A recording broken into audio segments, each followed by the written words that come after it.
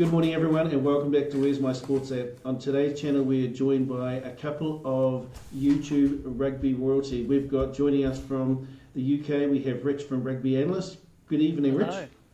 Hi, thanks for inviting me.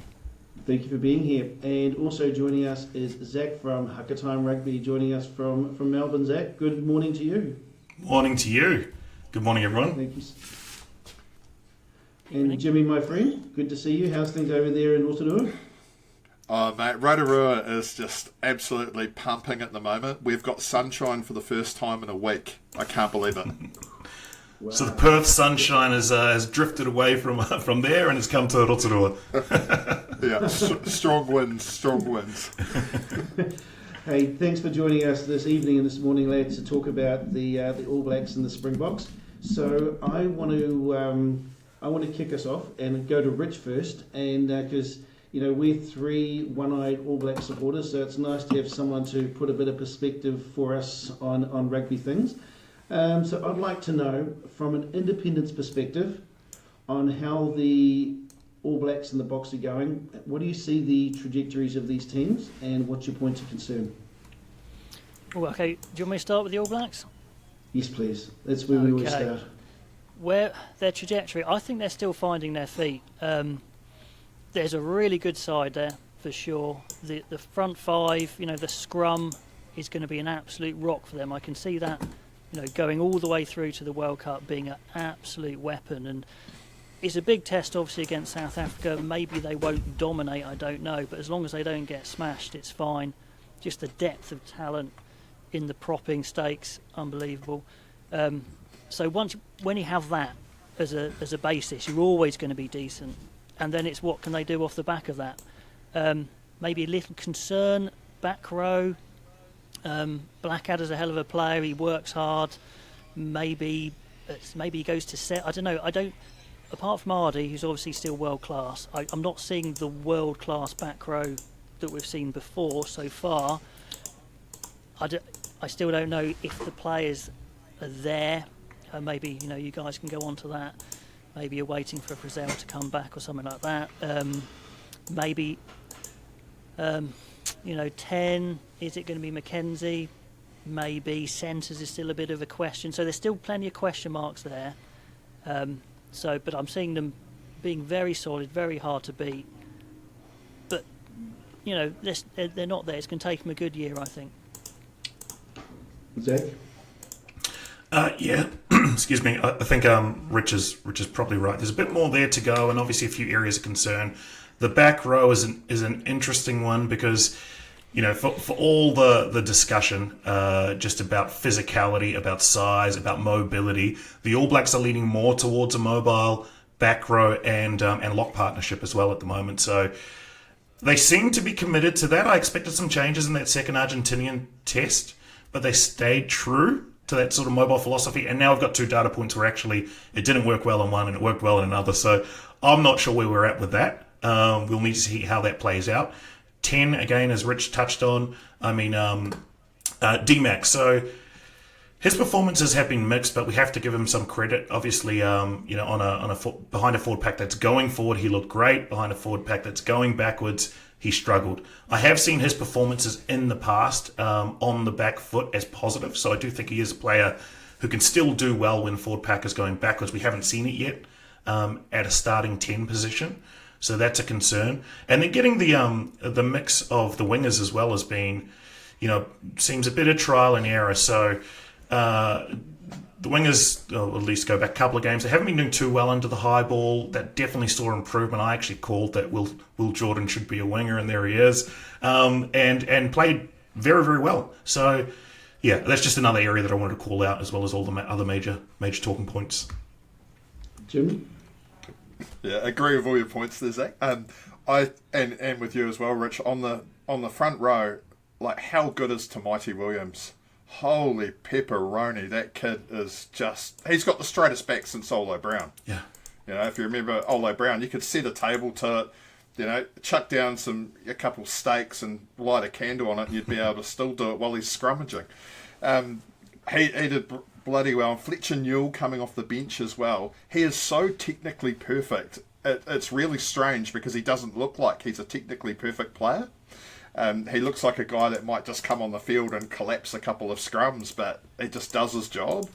Lineouts are a big concern for me. I really like Tupou Vai, but I like him as coming off the bench. And I think Sam Darry has proved a real point of difference. He's got that little bit of X factor to him, but he's got to be starting, I feel, with Barrett.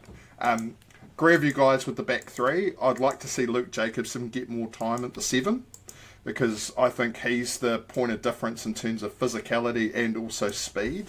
Dalton Papali'i, for me, just doesn't feel fast enough.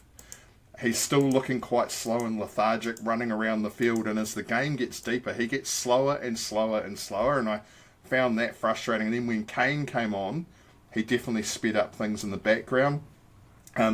D-Mac I was watching, and yes, agree. When a pack's going forward, he looked good, but he was getting good service from TJ Perenara when the pack was going forward. When the pack's going backwards, TJ Perenara, I feel, was the issue, because his pass is too slow when he's got that, picks the ball up and decides, waits 4 or 5 seconds and then goes, oh, here's the ball. I get quite frustrated with him, and I'm quite glad we're going to see the back of him at the end of this season. In the centres, I'd like to see Billy Proctor get more of a run against top opposition. Hopefully he gets a run against the Australians. He might not get a run against the Springboks. I feel they're going to stick with that settled combo now of Geordie and Rico. But also I'd like to see them try and experiment maybe if Mark Taylor he's not the greatest under the high ball, and he turns like watching an oil tanker turn around. He's just that slow, but he's fast on the go forward, and he's slippery as an eel. But under the high ball, I feel he struggles, and I'd like to see Geordie Barrett maybe move there as a stopgap option, just with being under the high ball and being 6'5", 6'6". Keep Will Jordan on the wing, fully agree with that. Loving seeing him there. It's good to see him back. So otherwise, looking pretty settled at fullback with Beauden Barrett. He's looking good. Very good. Yeah. So that's my take on it, boys. Excellent. And I agree with all your points, and I thought that was an interesting call out as well, Zach, about the mobility of the forward pack. I think in that last game we had 4 7s, obviously not all on the field at the same time. So he's obviously got a bit of a game plan around that, because, Artie's fantastic at 8, but he's not your classic big body number 8. He'd be great on the side himself.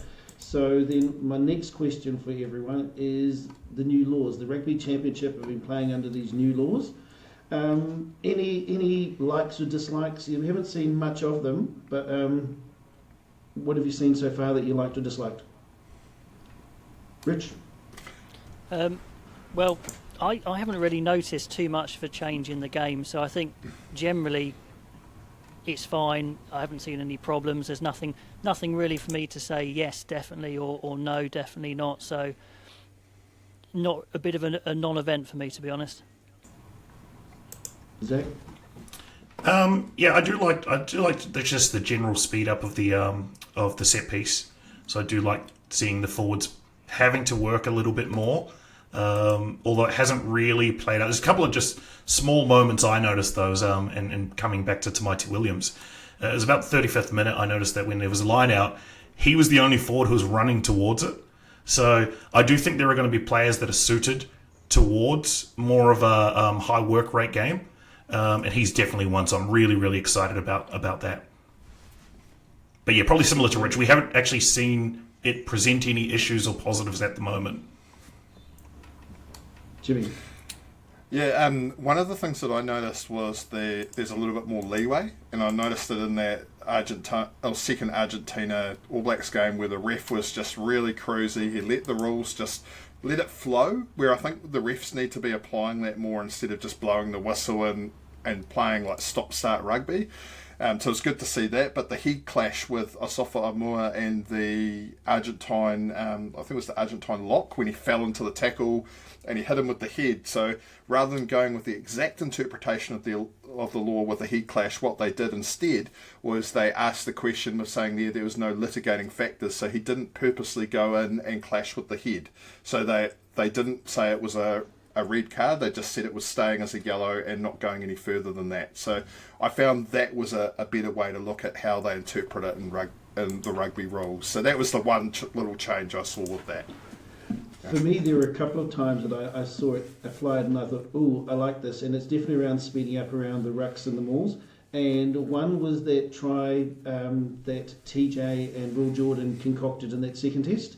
And that's the one about the protection of the 9 at the base of the scrum. So any player as part of a ruck may not play an opponent who is within a metre of and attempting to play the ball. So that gave TJ that opportunity, that bit more safety to dart down the side, that little double pump and off to Jordan and score. And the other one I like, because I'm a total hater of that caterpillar. You know, that caterpillar just slows the ball, the game down so much. You know, it's like a minute later they're just adding the 15th player onto the caterpillar. So the Argentinian scrum half was it penalised because he took more than 5 seconds. Once your foot touches the ball, you got 5 seconds to clear it. So I was a fan of those two things, and I agree with you all. They haven't come into play much already, but I think we will see definitely in the games in South Africa around I think it's 30 seconds to set a scrum. It's South Africans. God bless them, they are fantastic, but they do like to slow the game down. I'm wondering how that is going to play out in South Africa.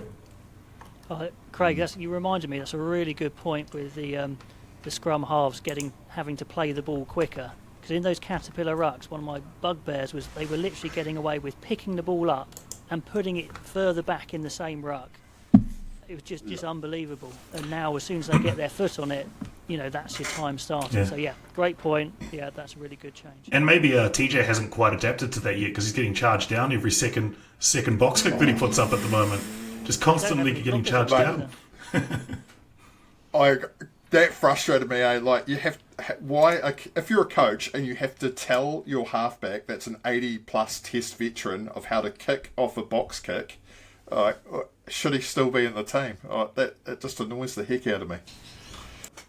So, lads, what is our prediction for the All Blacks going over to South Africa? We won't say the South Africans playing in South Africa because me and Craig are going to be one-eyed All Black supporters here. Sorry, Andres. Sorry, Matt. Kinda. So, Rich, I'll start with you, mate. What are you predicting for this 2-test away series for the All Blacks? Well, I'm risking the anger of your audience here. I am saying that the South Africans put together their best performance so far with brilliant set piece, and they managed to string it together and get it through the hands perfectly, and they win the first game. Really good game, both sides playing well, but I think they win the first game. And then I'm sticking with my prediction that South Africa then deliberately change it up and try a few new combinations, change maybe the half-backs and stuff like that, and they just fall short in the second, so it's a 1-1. Zach, who you got, mate? I've got 2-0 All Blacks over there. So I do think that the All Blacks it's a team that's improving. Obviously, this is a fantastic, and I'm not underplaying the amazing team that we're seeing in front of us. In the Springboks, we've said it before. It's a generational team similar to that 2015 All Blacks team. I believe that as well. But I do think that the All Blacks can go over at altitude, and actually altitude might work in the favour of the All Blacks. I know there's a lot of question marks about altitude being a positive factor for the Springboks, but I've seen it before. Last time we went over there, and it was the young front rowers getting a roll of the dice, and it was Ian Foster potentially out if they lost that game. They went over there and did the job, and actually altitude played a favour in the All Blacks' favour. I saw things click in the Argentinian second test as well, and maybe there's a bit of recency bias, but there's enough there to suggest that if the All Blacks can put it together, they can walk away with 2 wins. So that's my prediction. Oh, I think Craig, what you? Yeah. Ooh, look, I'll stick with my previous prediction as well. I would expecting possibly the worst case scenario, we lose both, but I'm counting on us getting 1.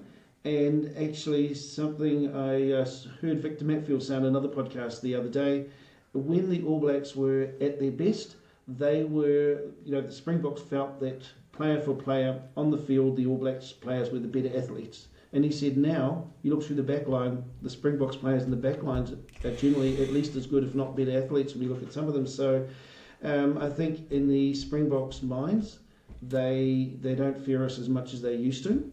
So I think it's going to be a hell of a clash, but I'm liking where Razor's going so far. I'm thinking he's a tricky, slippery sort of customer, and I see him as a bit of a Razzie comparable coach, and that they're both great thinkers of the game. So we're talking about different places in their international coaching careers, but I think I'd be happy with one, and yeah. Nice. So what I'm expecting a frustratingly dominant performance from the Springboks. I'm looking in my crystal ball, and I'm thinking it's going to be about like 38 to about 34. That's my prediction to the Springboks. So the Springboks will jump out to a lead, and then the All Blacks are going to come back into the game in the last 20 with moving the ball around and shifting. But yeah, that's what I'm saying. I've got that feeling that we're just going to be chasing that first game. The second game, I see it going the other way, where I think the All Blacks will lead out and jump out, and then the Springboks will try and come back into the game late. So that's where I'm seeing it come through. So yeah. So lads, to finish off, thank you very much for joining us today. It's been a pleasure having you. Rich, we'll check you out on Rugby Analyst. Thank you very much, my friend. Thanks for having me. And Zach at Haka Time, thank you so much for joining us again, my brother. Thank you, guys.